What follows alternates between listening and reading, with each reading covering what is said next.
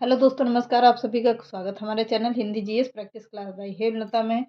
तो कैसे हैं आप लोग? आई होप कि आप सब अच्छे होंगे। आप लोगों को क्या है, मोटिवेशन की वीडियो नहीं मिल पा रही है क्योंकि अभी लगी है क्लास। आप लोगों को क्लास पहले ज़रूरी है, उसके बाद तो मैंने जितना दे दिया आप लोगों को वीडियो उतना ही काफ़ी है। तो उसी को देखकर आप लोग मोटिवेट होइएगा। बीच बीच में आप लोग को मिनी शॉर्ट वीडियो में डाल दिया करेंगे। तो चलिए आज के सेशन को पहले चालू कर लेते हैं। पहले देखते हैं, प्रश्न है, हिंदी से प्रश्न होगा। व्याकरण का प्रश्न है, वेरी इंपॉर्टेंट है, तो आप लोगों के लिए विशेष है क्योंकि पेपर है संडे को। संडे से आज हो गया कितने, आज है शनिवार, यानी कि कितने दिन बचा हुआ? सिर्फ 8 दिन बचा हुआ है। 8वें दिन आप लोगों का नौ पेपर होगा। तो कहने के लिए केवल टाइम है, बट क्या है, टाइम वाइम बिल्कुल नहीं है। तो आप लोग दिन रात एक कर दीजिए, पढ़ाई करिए।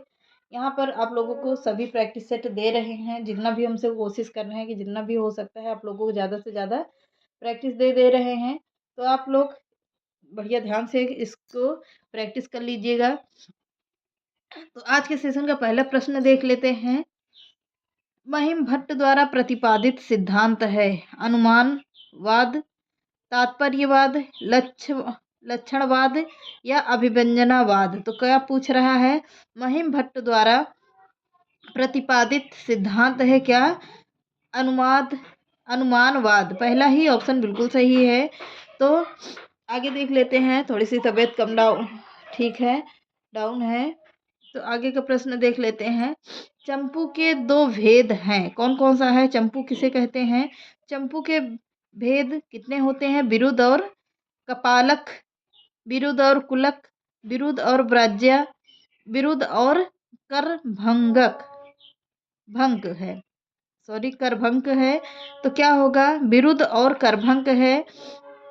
ऐसे प्रश्न है जो टीजीटी पीजीटी में पूछे गए प्रश्न हैं, आप लोगों को दिख भी रहा होगा प्रैक्टिस सेट में। तो आगे के देख लेते हैं, क्योंकि बहुत लोग हैं जो क्या है कि बुक्स नहीं लिए हैं। तो हमारे पास थी ऑलरेडी इसकी, तो मैंने इसका आप लोगों को प्रैक्टिस करवा रहे हैं।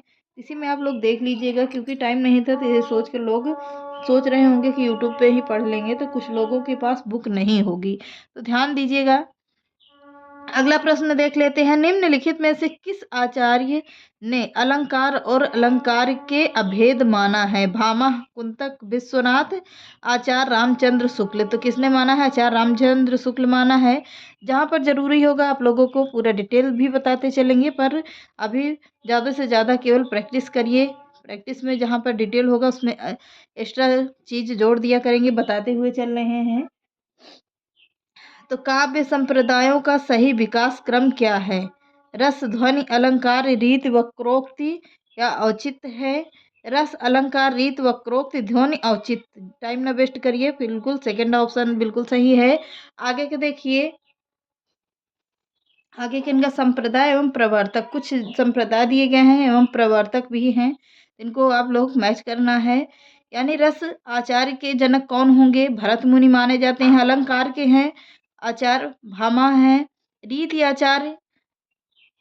आचार्य वामन, इसके कौन है? ये भी कौन है? वामन। वक्रोक्ति, ये कौन है? आचार्य कुंतक हैं। ध्वनि है आनंदवर्धन। औचित्य है आचार्य क्षेमेंद्र। तो सभी को आपको मैच मिल गया होगा। आगे देख लेते हैं। वे वेपथु कैसा अनुभाव है? वेपथु कैसा अनुभाव है? आंगिक है, वाचिक है, सात्विक है, बौद्धिक है। तो कैसा है? वेपुथ कैसा, वेपथु कैसा होगा अनुभाव? तो सात्विक अनुभाव है। कैसा है? सात्विक है। तो इसमें इसके दो भेद भी हैं, कौन सा? कायिक और सात्विक। तो पहला के क्या नाम होगा? कायिक होगा, दूसरे का होगा सात्विक होगा। तो चलिए आगे बढ़ते हैं। आगे देख लीजिए। काव्य के अर्थ वैज्ञानिक विवेचन का शुभारंभ किसने किया था? दिख नहीं रहा। किसने किया? वामन, महिम भट्ट ने, मम्मट ने, आनंदवर्धन ने। तो किसने किया था? वामन ने किया था। काव्य के अर्थ वैज्ञानिक विवेचन का शुभारंभ किसने किया था? आचार्य वामन ने किया था। कौन? आचार्य वामन ने किया था। आगे देख लेते हैं। रस को नाट्य तक सीमित रखने का सर्वप्रथम विरोध किसने किया था? रस को नाट्य तक सीमित रखने का सर्वप्रथम विरोध किसने किया था? अभिनव गुप्त ने किया था। डी ऑप्शन बिल्कुल सही है। आगे बढ़ते हैं। विश्वनाथ के अतिरिक्त किस आचार्य ने साहित्य शब्द को अपने ग्रंथ नाम में प्रयुक्त किया? किसने किया था? भामह, राजशेखर, रुय्यक या आनंदवर्धन? तो किसने किया था? रुय्यक ने किया था। सी ऑप्शन बिल्कुल सही ऑप्शन है। आगे देखते हैं। अगला प्रश्न देख लीजिए। समास की अधिकता ओज कहलाती है। ओजस समास भूतत्व भूयस भूयस्यतत्व स्वतम है। ओजस समास भूय स्वतम है। यह किसका कथन है पूछ रहा है। भरत का है, वामन का है, रुइया का है, दंडी का है। तो किसका होगा? वामन का है। आगे देख लेते हैं। कायिक है।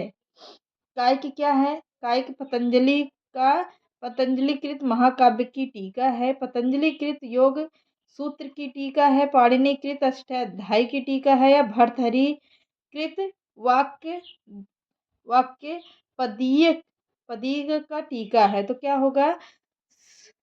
सी ऑप्शन बिल्कुल सही है।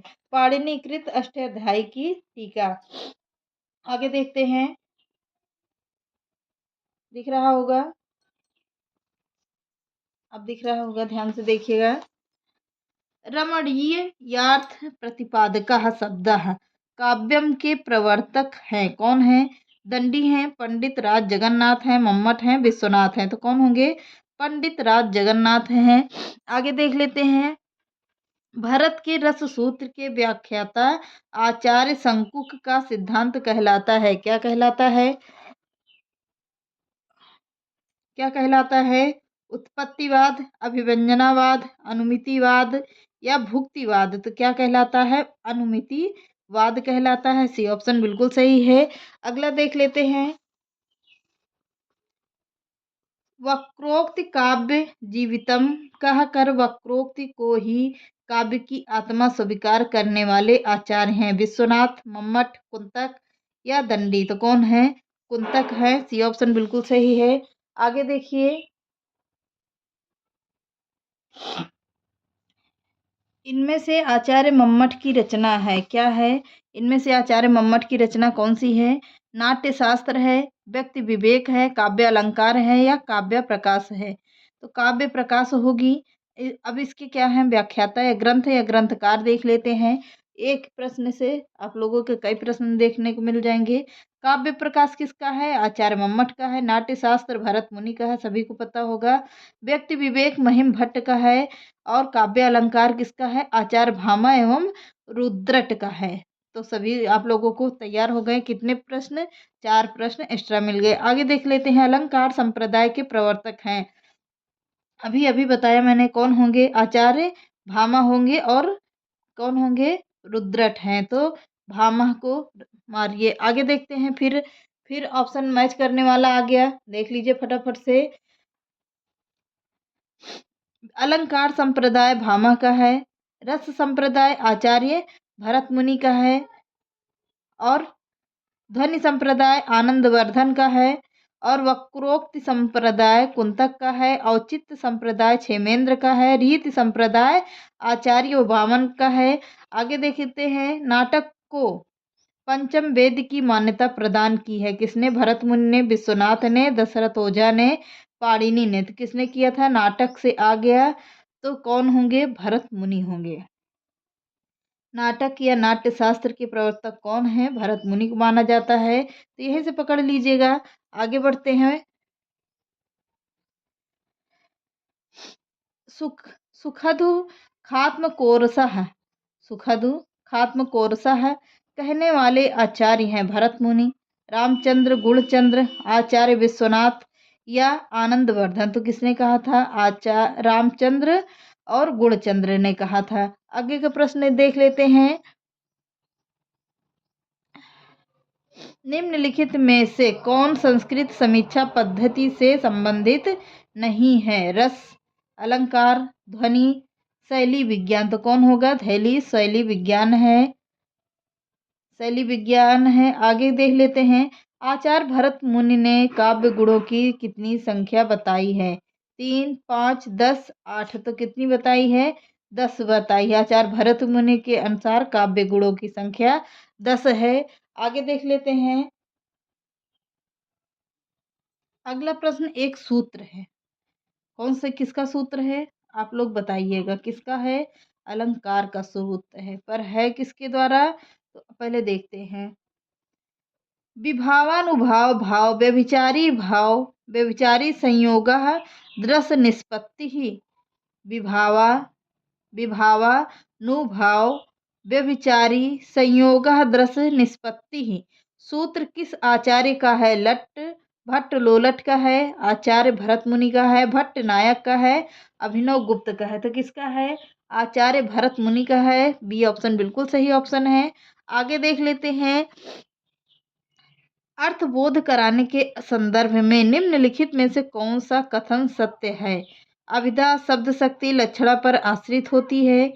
लक्षणा शब्द शक्ति व्यंजना पर आश्रित होती है। अभिधा शब्द शक्ति लक्षणा व व्यंजना दोनों पर आश्रित होती है। लक्षणा एवं व्यंजना दोनों शब्द शक्तियां अभिधा पर आश्रित होती हैं। तो डी ऑप्शन बिल्कुल सही ऑप्शन है। आगे देख लेते हैं। अब यहाँ पर कुछ एक मिनट। जब द्रास पहले देखिए। जब द्रास बटालिक टाइगर हिल की सीमा लगी लरजने, जब शहादत लेते हिमगिरी की चट्टाने लगी गरजने, तब जाग उठे ये शेर बब्बर, पौरुष हुंकार उठा था, मातृभूमि की बलिवेदी पर लहू पुकार उठा था। उपर्युक्त काव्य पंक्तियों में कौन सा काव्य गुण व्यंजित हो रहा है? कौन सा हो रहा है? तो ओज हो रहा है, या माधुरी हो रहा है, प्रसाद हो रहा है, या इनमें से कोई नहीं हो रहा है? तो क्या है? इसमें ओज गुण प्राप्त हो रहा है। कैसा गुण? ओज गुण प्राप्त हो रहा है। आई होप कि आप लोगों को समझ आ गया होगा। आगे देख लेते हैं। पहला पूरा प्रश्न पढ़िए।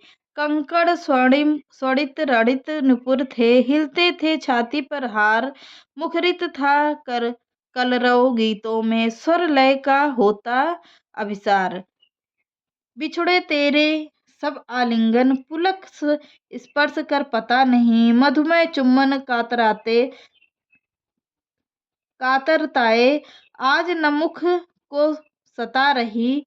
यह उपर्युक्त काव्य पंक्तियों में कौन सा काव्य दोष लक्षित है? काव्य दोष पूछ रहा है। काल दोष, वचन दोष, लिंग दोष, या च्युत संस्कृत दोष। तो क्या है? च्युत संस्कृत दोष है। डी ऑप्शन बिल्कुल सही है। आगे बढ़ते हैं। हो गया होगा। आगे देखिए। काव्यादर्श के रचनाकार निम्नलिखित में से कौन है? माख, भास, भवभूति, दंडी। तो कौन है? दंडी है। आगे के देख लेते हैं। काव्यादर्श महाकवि दंडी की रचना है। काव्यादर्श दंडी की परिपक्वता। अब इनके बारे में थोड़ा सा डिटेल देख लेते हैं, कुछ समझ में आता है, यहाँ से कुछ पूछा जा सकता है। परिपक्व अवस्था की कृति है। महाकवि दंडी की अन्य रचनाएं 10 कुमार चरितम है। कौन सी? 10 कुमार चरितम किसकी है? दंडी की है। अवंती सुंदरी दंडी की है। अवंती सुंदरी कथा है किसकी है? दंडी की है। कला परिपेक्ष ये भी दंडी की है। छंदो विरचित तथा द्विसंधान काव्य है। कैसा काव्य है? द्विसंधान काव्य है। महाकवि माघ की रचना शिशुपाल वधम है। माघ की स्वप्नवासो दत्तम तथा प्रतियोग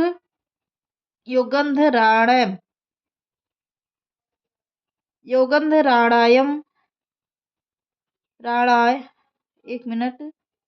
प्रतियोग योगंधरायणम किसका है? तथा भवभूत की रचना है। उत्तर रामचरितम किसकी है?